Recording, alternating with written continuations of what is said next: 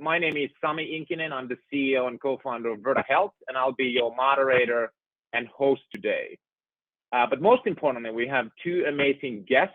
And before introducing these two guest speakers, I just wanted to share a couple of housekeeping notes. One, we will record this webinar and send the recording to all the guests, so you don't necessarily have to take notes. And then secondly, we'll have about 10 to 15 minutes at the end for Q&A.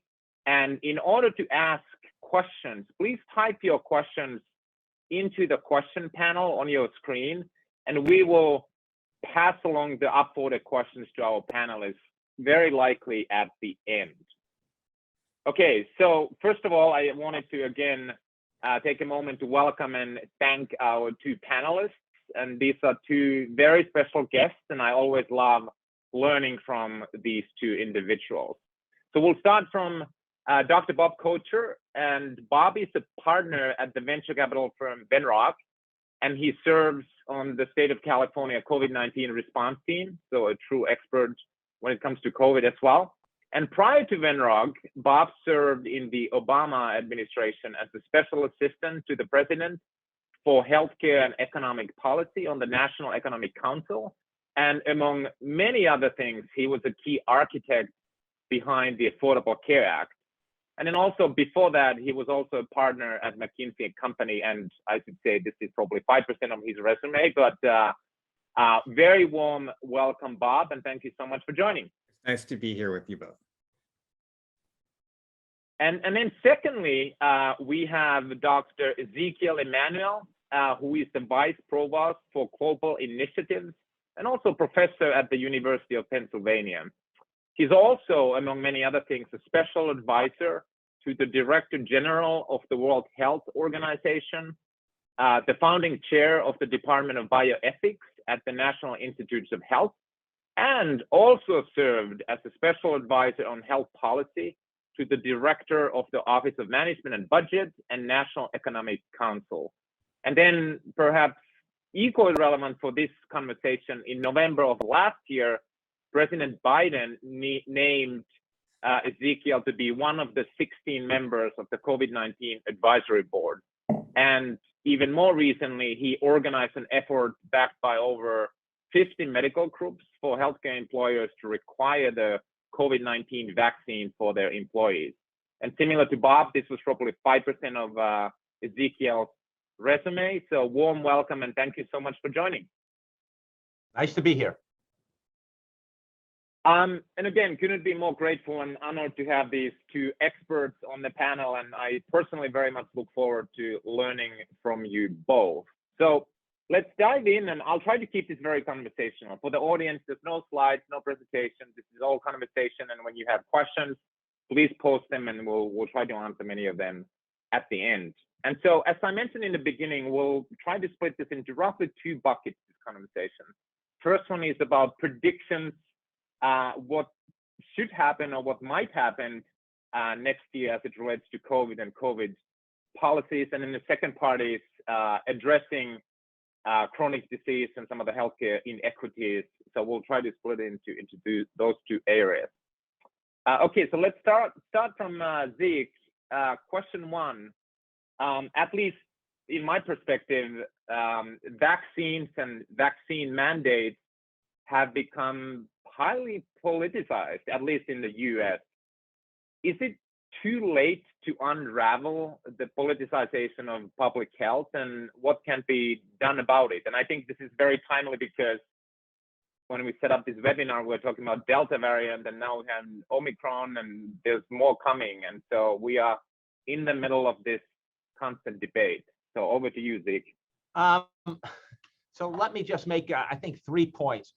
First of all, it does seem that it's not just the United States where being vaccinated against COVID is politicized. It does seem like it's something that's gone around the world, and you know, so whatever our cultural problems are, they're much larger than just the United States. You know, in Europe, you've got anti-vaxxers with the far right and also the far left. I think no surprise that places like Switzerland and parts of Germany have low vaccination rates. They have a long tradition of, natural healing and sort of suspicions. And then you have a sort of political right wing. And then some of you may have seen David Leonhardt's nice piece today summarizing why, Africa hasn't been that vaccinated in some of its supply, but a lot of it's not supply. It's people being suspicious or just hostile. The second is, I think this goes along with a much bigger issue of trust in institutions, people, expertise, trust in general. We have done a fantastic job in the world of undermining trust. California and Silicon Valley have been the leaders in helping us undermine trust. And this is very dangerous, I think, very, very dangerous for any civilized society not to have trust of others. I was recently in a suburb and in the United States, and just shocked how beneficial things can be when you have a lot of social trust. You don't have to lock your car, you don't have to lock your door. You can just walk and leave your bicycle instead of worrying that someone's going to nick it. It just seems to me we have lost the value, understanding the value of trust and trying to rebuild it. The last thing I would say is I have, and I'm of two minds here. So let me, how could we rebuild or depoliticize the vaccine? One of the important elements of the vaccine is that it will be getting to 85% of the population vaccinated. It's going to be critical, in my opinion, to getting us to revive the service sector. We have this sort of dichotomous economic situation where the goods sector, people buying goods, are like so overheated you have to wait for backpacks or what your favorite Christmas gift. But the service side of the world is way deflated. And employment is down, people aren't using hotels, etc. And it seems to me that has to come up. So we stop spending on goods and we start spending on experiences, which are way more valuable to people. That's only going to happen if we get COVID under control. Now, maybe that's a mechanism to depoliticize COVID. So that's my positive thought, focus on how vaccines are critical to economic recovery. The thing that makes me suspicious of that, so again, I'm being schizophrenic here, is the fact that, people are no longer voting on their economic interest, right? I mean, what determines whether you're a Trumpite or, a progressive Democrat is not your economic interest. And so maybe even that doesn't matter anymore in America. And that, again, would make it makes it hard to predict elections, but it also makes it hard to depoliticize various things if you can't appeal to people's interests. So I don't know the answer to your question, Sami. It is a pivotal question. Hey, Zeke, if we go back to the comment you made about restoring trust and kind of, the American shared value thing, like, how does one even make progress? Like, your comments, I think, correct. Like, Silicon Valley has done a good job at helping people not believe anything or believe what they want. But how do you think we change the direction of the tide here? So I think that there's probably a couple of things that we can do. One is we clearly need to get people out of their ideological bubbles or their prejudicial bubbles, so they're not in a loop that reinforces their prejudices, and that they get other opinions. We know that is very important for people to take a broader view. And I think, I'm not an expert in this, but, getting rid of the algorithms that just feed you information that you've already are biased to, I think is going to be critically important to that process. The second thing I would say is we need to create the social basis on which people have to intersect with people who don't necessarily agree with them, don't look like them, don't have the same sociodemographics. And, the great sorting, as various people have called it, is really undermine our ability to get opposing viewpoints. How do we do that in housing? I'll leave it to other people who know that view. Clearly, one of the things we can do, one of the things that used to do this, is institutions like the draft, where you know, rich kids and poor kids, they got all lumped together and they had to suffer the same basic training, the same thing, where being rich might not have been any more beneficial for getting through basic training in the Marines. I don't know, we're not going to reinstitute the draft, but we can create national service. I'm a little shocked that it hasn't been on the agenda here.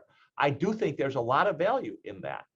And making sure that people can't sort themselves by socioeconomics. You know, the rich kids go to the preferred national services that gets you training in, you know, computers or something.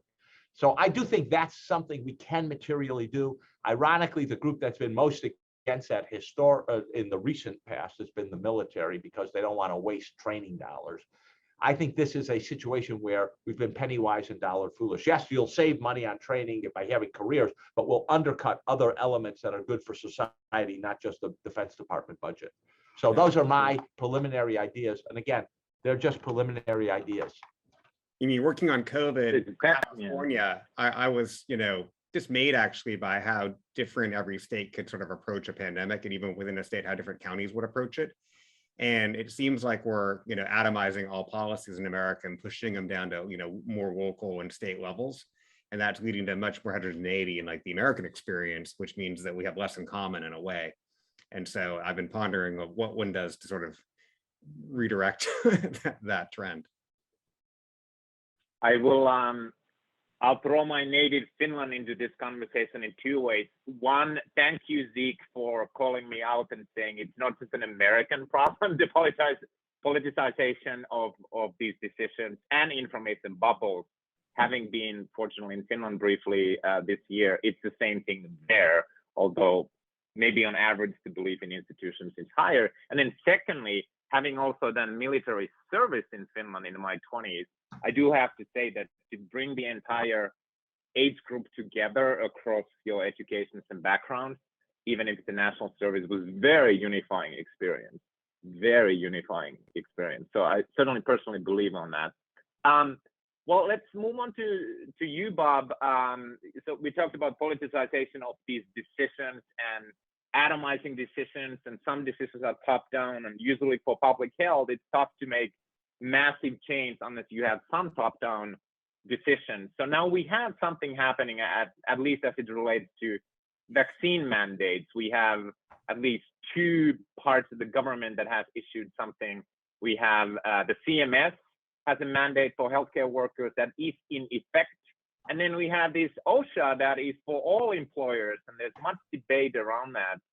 And even me as a CEO of an operating company looking at carefully, like, what is it that is absolutely required and what should we do ourselves?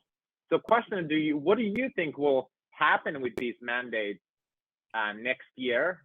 And then related to that, do you have any advice to employers, small and large, how to think about next year and the vaccination mandates for their specific workforce? I guess I have the same schizophrenic thoughts that Zeke may have had a moment ago. I think the mandates are very good policy. I think, unfortunately, they're not going to be enacted next year for a couple of reasons.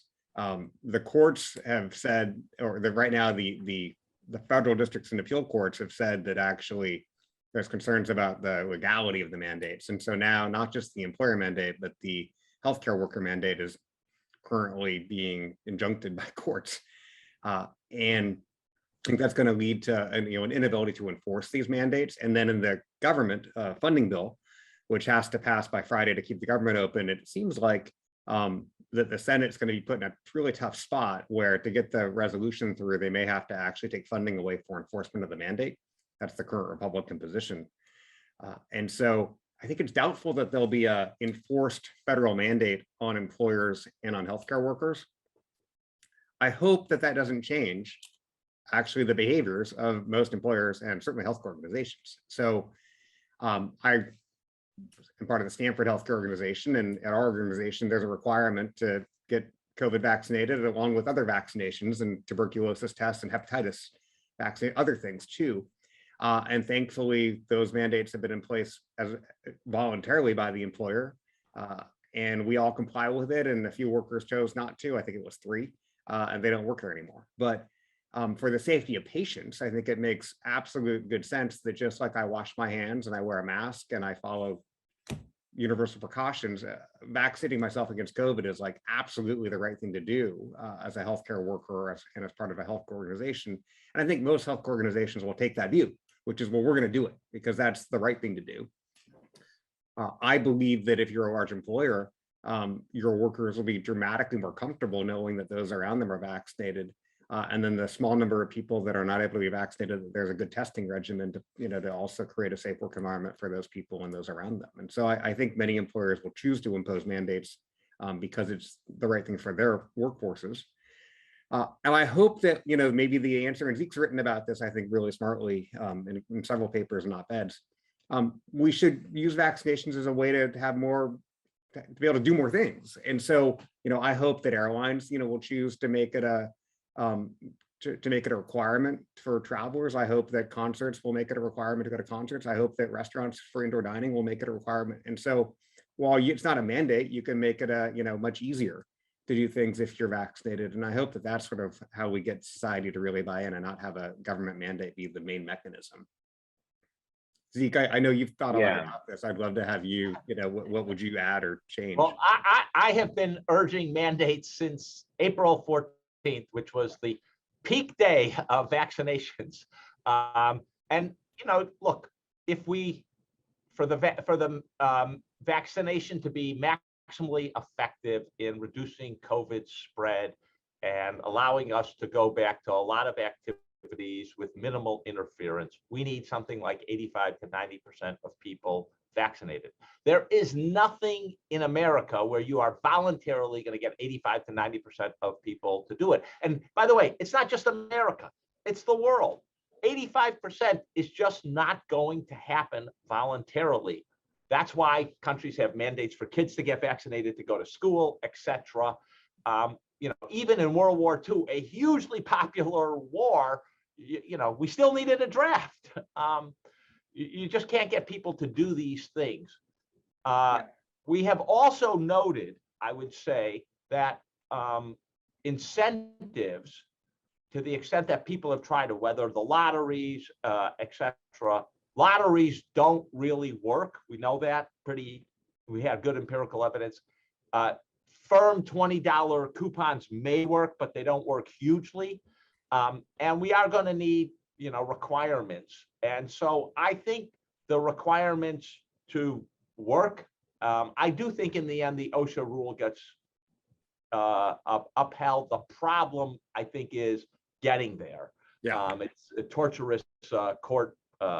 And you can see that the medical profession, I will tell you, when we asked doctors and medical organizations to support this idea of supporting the OSHA mandate, all I had to do was put it out, and within 48 hours, I had more than 60 organizations and individuals. And the reason is they're fed up of treating the unvaccinated and compromising all other medical services. I think the level of frustration with the unvaccinated in the medical profession is very high.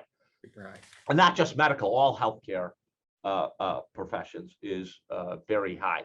I do think extending the mandates to travel, not just airplanes, but buses and trains, is something clearly falls within the federal government's purview and can do. I also think mandating children going to school is probably a really good idea to get vaccinated. In the next 2 years, kids are either going to get vaccinated or they're going to get COVID.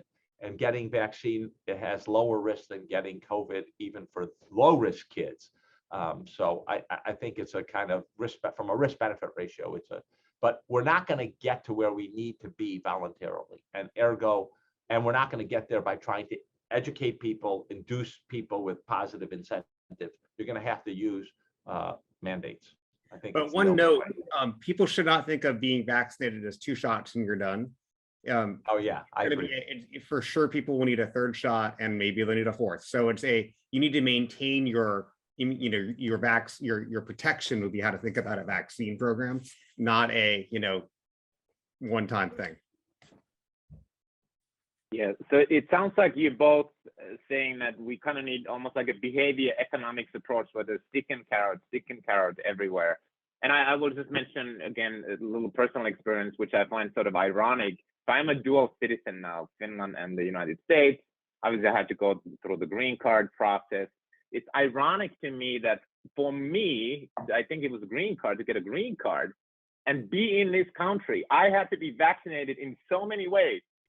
But then inside this country, there's a lot of hesitancy, and obviously there's nuance to a lot of these decisions. There's a lot of hesitancy. So it was just an interesting contradiction. I will dig into one specific sector. Zeke, you mentioned that we need to get services going, experiences, people spending money. And so as we talk about mandates, you know, one of the issues that seems to be happening is now is not even on the demand side, but the supply side of the service sector, meaning that it's difficult to hire the number of hourly workers that people would like to. What's your take on that? And are these vaccine mandates that these companies might have is sort of counter to that? And how would you think of that? Or is that just overblown issue? Or how could the employers use some of these mandates as an incentive? I don't think it's an overblown issue in the sense that we know we have, I think it's 10.3 million vacancies right now. And let's ask ourselves, what is the reason for the vacancies? Some of it may be skill-based, right? We haven't trained enough construction workers, for example. But I think a lot of it is, and I will tell you, I'm not an employer in the sense of I don't pay, but I have, you know, more than 100 people who report to me through various mechanisms at the University of Pennsylvania. And, you know, one guy said to me, I'm leaving. I love the job, but I'm not working 9 to 5 ever again. I want to control my hours and things like that. And you, to the extent that you have a 9 to 5, I'm not doing it. And I think in general, there's a lot, I mean, the low end jobs in America, especially in the service industry, whether it's hospitality or restaurants, are for shit. Let's be honest about it. They pay poorly. It's very demanding. Scheduling, you know, places like McDonald's, you know, just-in-time scheduling make it havoc for people. And I have to say, I am like astounded that we are talking about $15 an hour and we're still having a debate and it's not minimum wage. And I'm astounded for 2 reasons. If you're working a full year, 2,000 hours a year, $15 an hour is $30,000 a year. That is not acceptable, right? Nobody on this call would want their kid working a full year, 8 hours a day, 50 weeks a year to make $30,000. You can barely live on it as a single person, much less a family. I just don't think that's acceptable. The second point, and let me put this out there for people, is if we go back and look at the history of the minimum wage in America, our high point was 1968 when we had a booming economy. And if we hadn't had Vietnam, we would have had a really booming economy. 1968, and the value of the minimum wage in 1968 today is over $22 an hour. Now we're talking $44,000 for working a full year. Does seem to me where we should be. And I think it's, you know, those low end jobs in the service economy, what employers have to look at is we are not being fair to people, and we need to be fair to people and improve the conditions of working. Improve whether it's childcare, you know, service sector at nursing homes, teachers, restaurant workers, etc. And you know, should we immediately raise everyone to 22? No, the economy couldn't take it. Should we progressively get there in a relatively brisk time? I do think that's part of what is going to be necessary to get people back in the workforce. There are many other things we need: skills building in for construction and for manufacturing and other things. There's a really smart comment for actually from Mike Miller about, you know, one thing we haven't done great is word choices. And so The word mandate elicits a reaction of like, no. But the word requirement is sort of like, oh, okay, that's the rule. And like we say, no shirts, no shoes, no service. It's the same logic. No vaccine, no privilege. Like it should be a requirement, not a mandate. And I think talking about it in that way might diffuse some of people's instinctual reactions. Well, that's what the travel, right? Isn't that what a travel mandate is? Yeah. We don't mind. You can go, San Francisco to Dallas.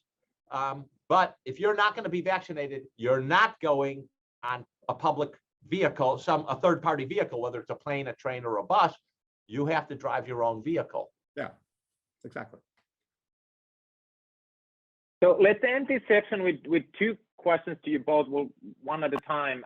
The first one is kind of very tactical and practical, because I know we have a lot of benefits leaders, large self-insured employer benefits leaders who are calling in, and I speak with a lot of them in my day job, and it's a confusing time. It's a stressful time. You need a policy. Whatever policy you have, you can't please everyone of your work, your employees, maybe even not your CEO. It's a freaking stressful time for benefits leaders. On a very tactical note, what would be your, say, 2 or 3 bullet points for benefits leader who's listening and sort of stressing out about, what do I do with this COVID? I want to get my people back to office, or at least some of them.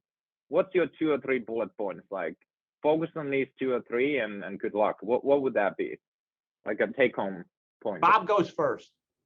Sure. I think the bullet points would be require vaccinations.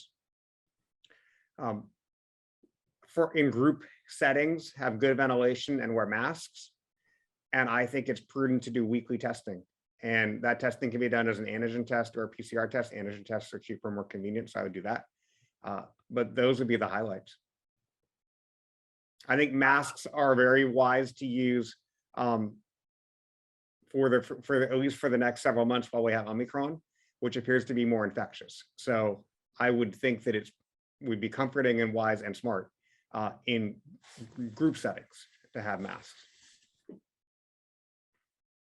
I want to answer that in 2 ways. Let's focus first on COVID. I totally agree with Bob.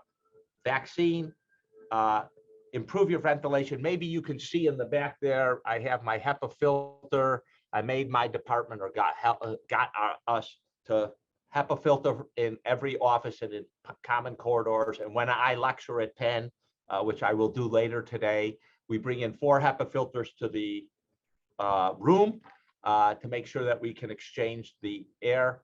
I actually, in my lectures and on our floors when you're coming in, we require masks. I hope people can see this. These are N95 masks, NIOSH approved, made in the USA. I think I checked all the boxes for my class. I bought 1,200 of them for 150 students. We give them new ones every month. And I think educating people about the benefits of the mask and making them wear them, realizing that they're not, you're not going to wear it all the time. Here I am sitting in my office, my door closed. I'm not wearing it all the time, but I do think in work, you want to improve that. Let me say the second thing, which, I am increasingly frustrated with employers. You guys are the ultimate decision maker in healthcare. And I think one of the problems is we've gotten a lot of whining from employers about costs and all sorts of things. And yet I think individually employers do lots of things that are destructive of improving the healthcare system. Certainly not helpful and often destructive. We have lots of individual, every employer tailors their benefit package to themselves with no evidence that that specific tailoring does anything to improve quality or reduce their costs, except in some transitory way. We've avoided standardized benefits across employers, which, we do a very good to reduce administrative costs, simplify the system. And I think we've, put a lot of costs on workers so that a lot of health insurance is no longer insurance. If you're paying $500 or wondering whether you should go to a healthcare provider, worrying about the copay or the deductible or whatever, that is undermining exactly what we want. And especially for people with chronic illness, which is 85 cents of every dollar we spend in the system. And I think employers could do a lot better instead of just complaining about it, actually thinking, what are the 3 or 4 things I can do to improve the healthcare system? Not necessarily individually, because a lot of this is going to require banding together and working together. And I think that's something that really needs to happen in the employer community. And I'm just so frustrated by the whining without the positive contribution, and thinking that by going to a center of excellence, for a small number of surgical procedures or whatever, that we've really contributed to healthcare, improving healthcare. Well, thank you both. Good actionable notes. I took some notes here because we need to sharpen our pencils at Verda Health as well. So maybe we'll just copy your recommendations. And Zeke, thanks for the note on how employers can drive and improve healthcare. I'm sure you made a lot of friends too with the listeners. Yeah, I'm sure I do. I always make friends. That's my main goal. Well, the second and the last question is the COVID and policies is kind of a big picture question. I guess we could have a whole different webinar on this, so maybe try to be brief. But so based on the last year and a half or 2 years, like what's been happening globally and in America, I'm just curious on your kind of very quick bull and bear case for future pandemics, because statistically, we know they're going to happen. It's just we don't know when. Well, now we know there's a variant.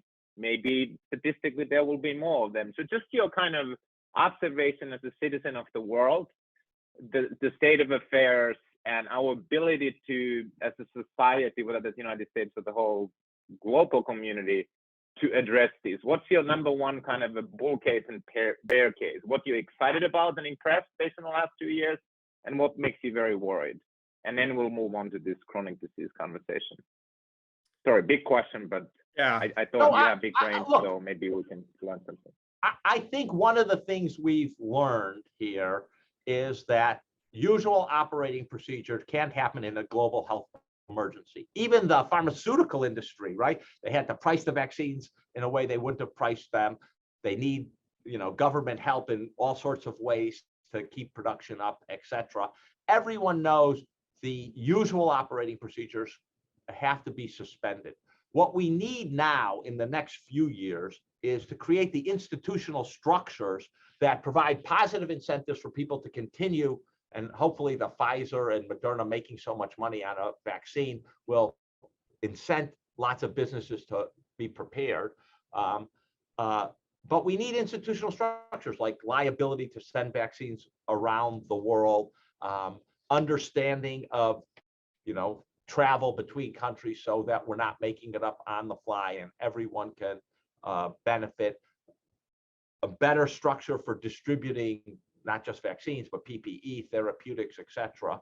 I think the 2 years, once COVID comes down, hopefully over summer this year, 2 years of negotiating this. And the positive there, I think, is the kinds of actions that have been happening at the World Medical Assembly of countries agreeing that we need to have, we need to look at the patent regime. We need to look at where things are produced. We need to have a institutional framework for this. And the one we have, and the one that was thrown together like COVAX for this, has not really worked. And so I would think, thankfully, that may be positive for confronting the next pandemic. I think the exciting things about this pandemic are, of course, what Zeke pointed out around people actually change the way they do things, to do things quicker. And the invention of mRNA vaccines and the production of now more than 2 billion doses so quickly is astonishing scientific achievement, as well as the creation of the small molecule medicines from Merck and Pfizer. We haven't had swallowable antiviral medications before that worked, and they appear to be quite good, and they also seem like they would be affordable.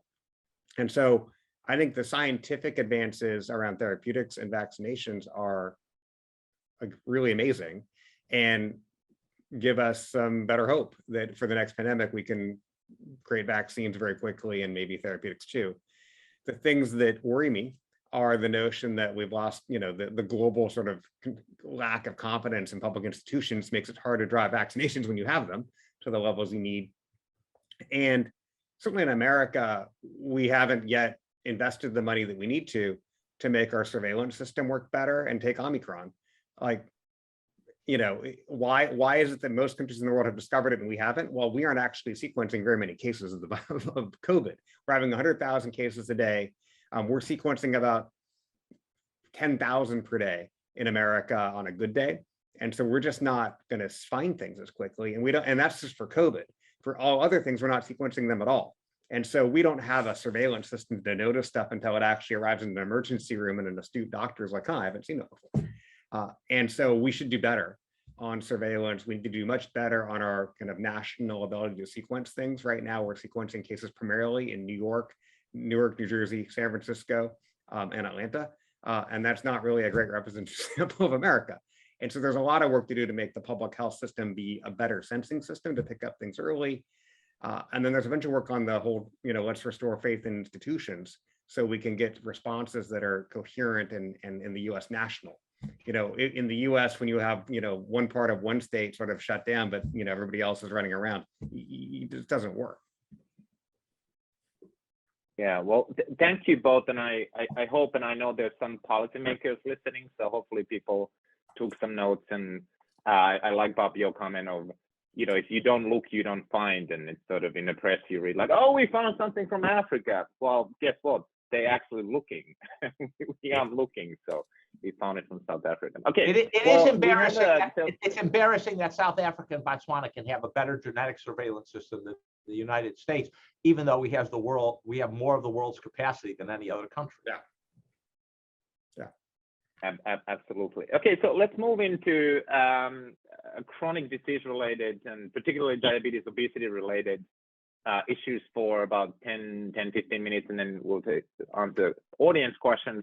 I'll just remind on one statistic for listeners as well, like why are we talking about chronic disease at all as it relates to COVID? This was a mind-blowing statistic for me personally. I think this still holds. In America, 40% of COVID-19 related deaths were among people who had diabetes. 40%, just as an example. And the general, diabetes rate is about 10% in a general population. So it's a hugely contributing factor. Obviously, it's correlation, but hugely contributing factor to poor COVID outcomes. So I'll start from Zeke. Did COVID help us to better understand healthcare inequities or not, particularly as it relates to people with chronic disease and poor COVID outcomes? And are there lessons that can be taken from here? Did we wake up and realize something that we can then take to improve our healthcare system? What's your take? Is there anything positive that came out of seeing what's broken? I think there is something positive that has come out, but I think we have to suspend judgment to see if the response actually does improve the healthcare system and is not just window dressing, which is the inequities of the system, which we've known about for decades, where we know about. We've had regular publications, they've been out there, they haven't necessarily had as much attention as COVID has gotten them. If there is one thing on the healthcare agenda the Biden administration has done is put equity at the top. I'm not sure it should be the top, but it should certainly be there. I mean, I still am of the view, if you think about the top three things, equity is definitely one of them. But what is going to sink the system is going to be costs. And I still think that's really imperative, especially when we're entering a period of high inflation. But I do think that we're paying attention, and you will see a lot more of looking at everything differentiated by sociodemographics, whether it's sex or race or income or geographic rural urban divides. that is definitely going to be one thing, and people are going to have to respond to those data through a variety of programs. We also do know that just having formal access isn't through insurance is good, necessary, but not sufficient for addressing inequities.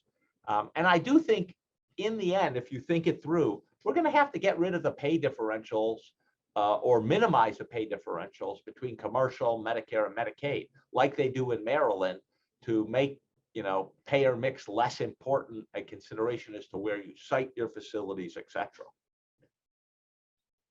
Yeah, well, I'll segue from there to Bob. So you said one thing that can and will sink the systems is cost, and also another thing that you mentioned is, just solving access is one way to bring better equity to healthcare. Well, one promise of technology is, both lowering costs and then providing better access, particularly if we're talking about telemedicine. So that's my segue to you, Bob, because we're talking about predictions and addressing some of these healthcare inequities and chronic disease. I think one of your written and published predictions is that, yeah, tech can help, but I think the big tech companies that are trying and dabbling in healthcare won't succeed or will have a lot of struggles.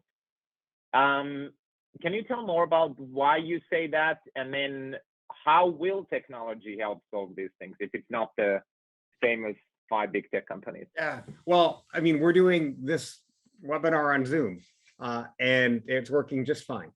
And what we learned during COVID is that actually every doctor and every patient can learn how to use a phone to interact with each other, both in real time and asynchronously by texting each other and emailing each other and calling each other. And what's funny is, before COVID, when I talked to doctors about why do you could blend in some virtual care, they're like, oh, that sounds so hard and complicated. I remind them that we've called patients ever since the dawn of the phone, check on them after surgeries and to, prescribe antibiotics when they have, kids have ear infections. And so, this notion that you can do a bunch of care virtually shouldn't seem so revolutionary, but we learned during COVID actually that it really can work for a lot of things.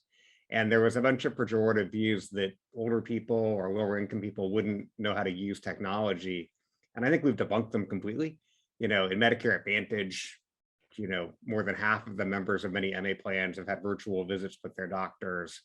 Medicare is paying for them, and they're trying to keep paying for them because seniors are finding them super useful. And Medicaid, similarly, texting's proven to be one of the most effective ways to engage patients and works a lot better than the letters that health plans historically mailed them. And so I'm pretty hopeful that we're going to have a continued ability for people to engage with care virtually. And some of the cool things I've seen is that you can bring, really expert care to places where the physical locations don't exist. And in COVID, we've seen in America, like as Zeke pointed out, that if you're in a lower income setting or a setting with more Medicaid or a rural area, you don't have access to the same care as people who are fortunate to live in places where the provider ecosystem is built out. And so, telemedicine allows us to bring, Virta expertise to rural areas. It allows, lower income Medicaid people to access specialists that they wouldn't otherwise. In the mental health care sector, it allows you to match on things that are important, like race, gender, ethnicity, sexual orientation, that in many locations, you don't have that option. And so I'm very hopeful that actually that, virtual care will be part of most conventional care experiences. And for instance, like at Stanford, where, one of the goals they have is to have half the visits be virtual going forward, because a lot of people travel from far away, and a lot of visits are also pretty perfunctory. Like, I'm looking at your rash or looking at your wound or like counseling you. So I don't need to actually examine you with my hands in my office every time. And so I think, the future is going to be sort of, I coined the term quick and mortar, but like, we'll do some in person and we'll do some not in person. And that will be like the logical way to get care. And by not doing it in person all the time, I can bring more people who are more expert to most patients, and I think do it better. The other cool thing you can do virtually is check in on people for a minute or two every day, which is hard to do when you make them come into your office. And so you can see how things are progressing much more quickly and hopefully respond with, much more agility when things aren't right. And so I think it will make care a lot better, and it will make it more equitable. And one of the cool things as a venture capitalist, I get to see is, people's new ideas coming for funding. And there's a lot of people working now on Medicaid. on how to bring care and access of both primary and specialty care to Medicaid populations, which are some of the most needy and most deserving and most underserved in America. And that's exciting. And that's because virtual makes it cost effective enough. You don't have to put buildings everywhere. You can like scale it much more easily. And so I think that we'll actually have a bunch of improvement in care, but it will come from startups and new entrants, not from like Apple and Google and Microsoft, because it's a different skill set than they have.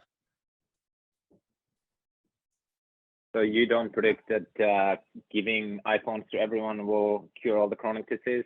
Well, I think ensuring people which I would agree. Having access to the internet so that you can connect and having a device is important, but you know, most people have them. Yeah. I will mention.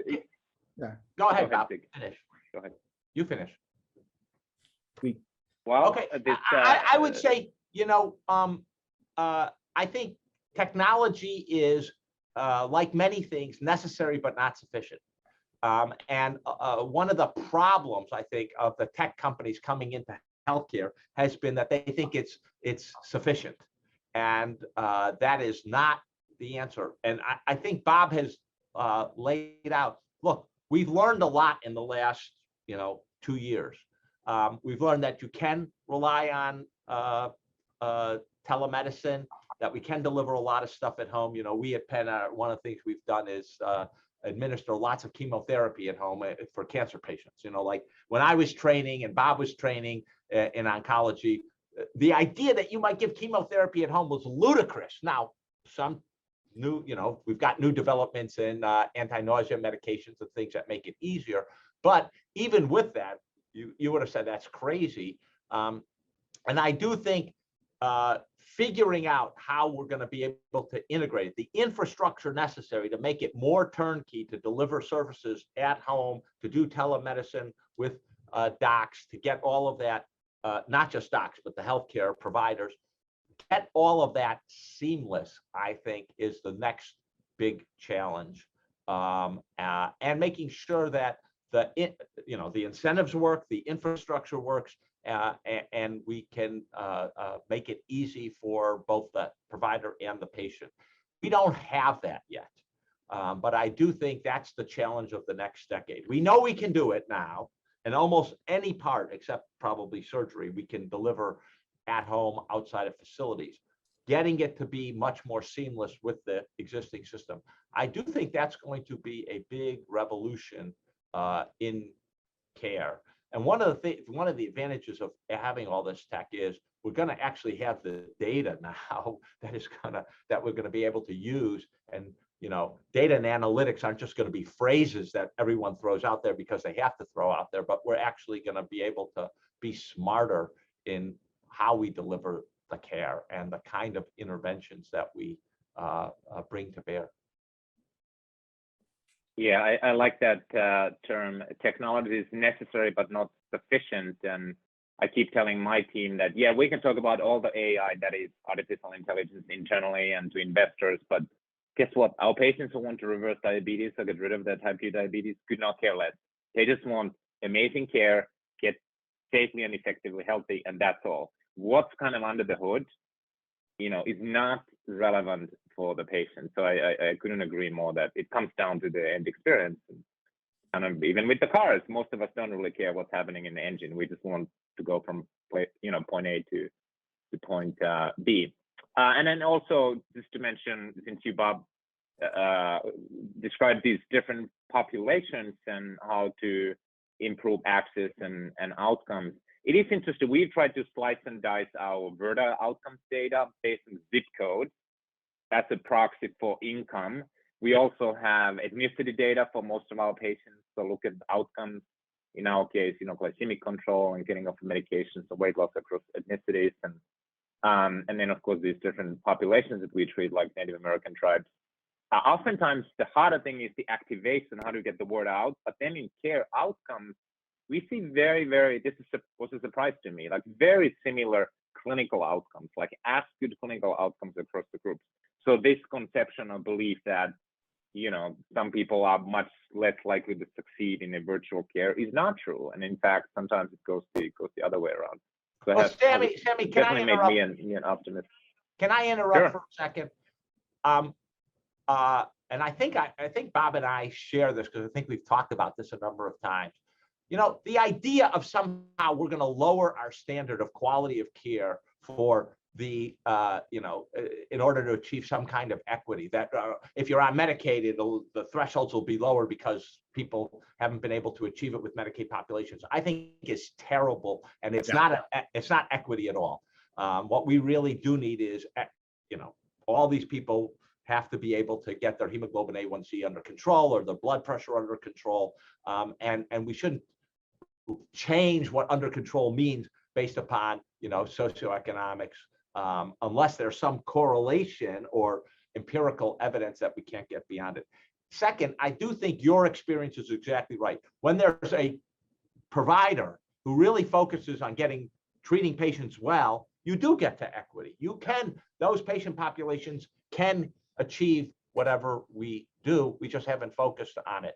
And the third thing I would say is there are a handful of important health measures or important health conditions that if we treated, right, we would solve everything, but we would go a whole hell of a long way towards making people much healthier across racial, economic, gender spectrums. Diabetes, hypertension, hypercholesterolemia takes you a very long way. To remind our audience, the single most effective intervention we have done in the United States over the last 60 years to improve longevity has been not smoking cessation, but blood pressure control. And that, there are a handful of things we can do, and we know how to do them. Plenty of cheap drugs for hypertension, for example. We know what to do with hypercholesterolemia. Putting them in effectively and getting people under control, we haven't done. And that's where our challenge is. But as you say, Sami, once you really focus on it, you can do it.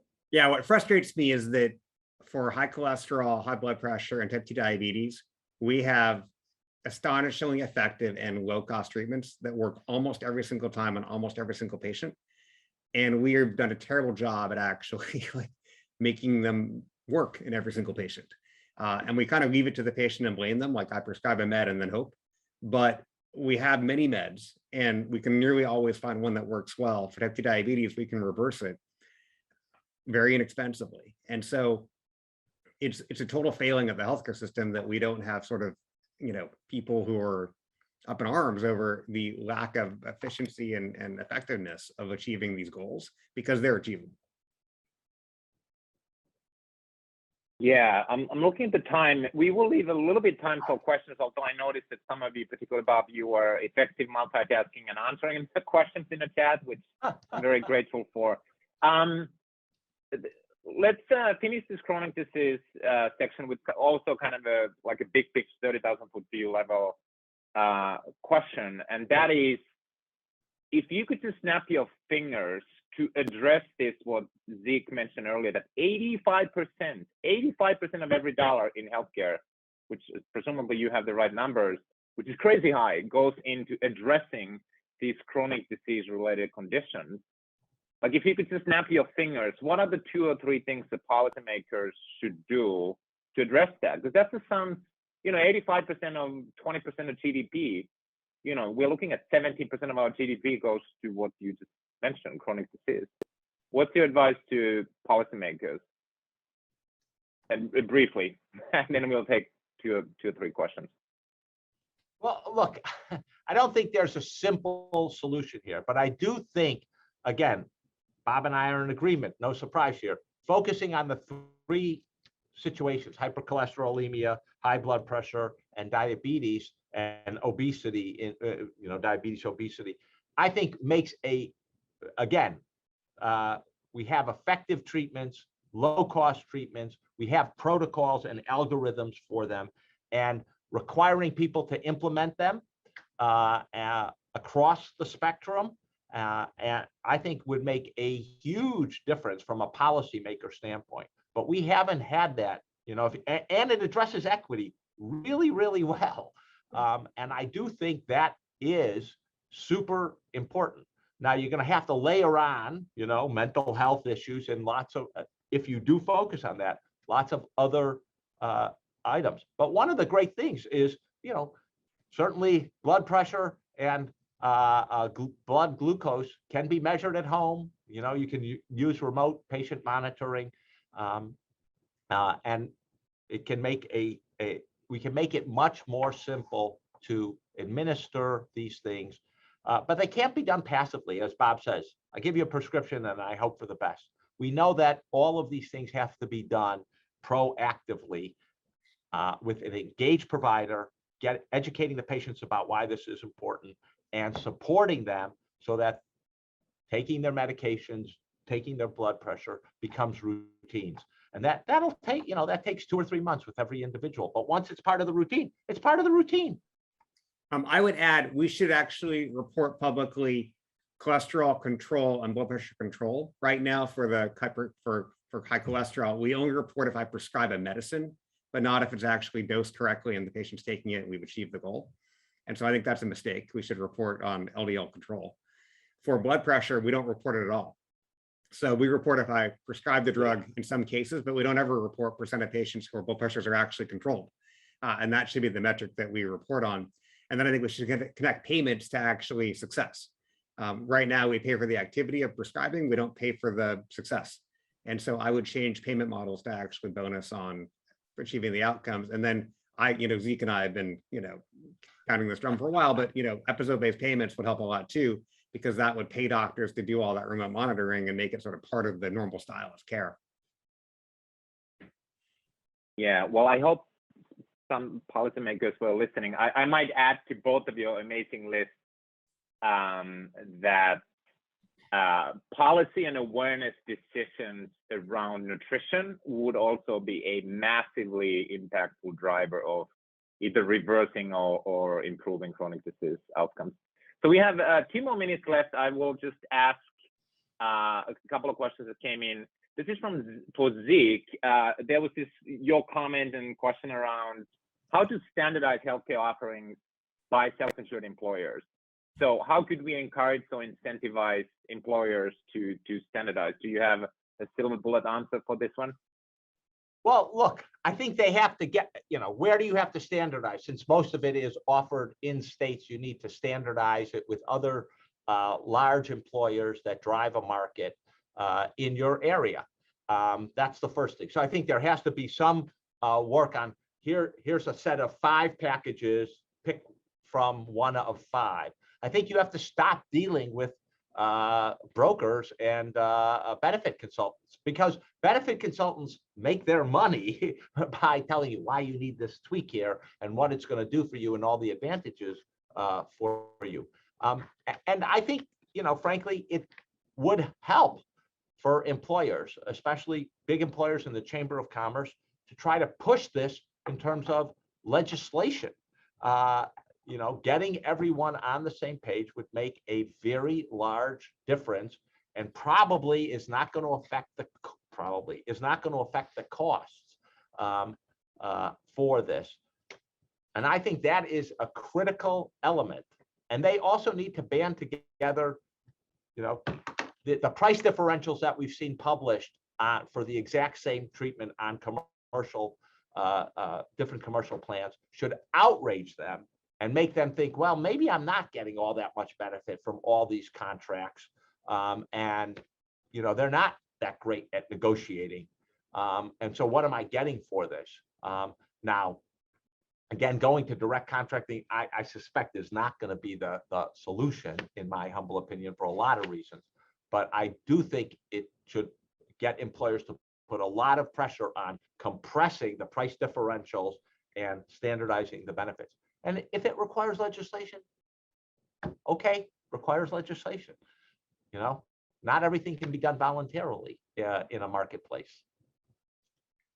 So we are at time. So I truly want to thank you both, Zeke and Bob, for your insights and expertise. And I'm sure I'm saying thank you on behalf of our hundreds and hundreds of listeners. And of course, some of your recommendations are harder to implement, policy and so forth.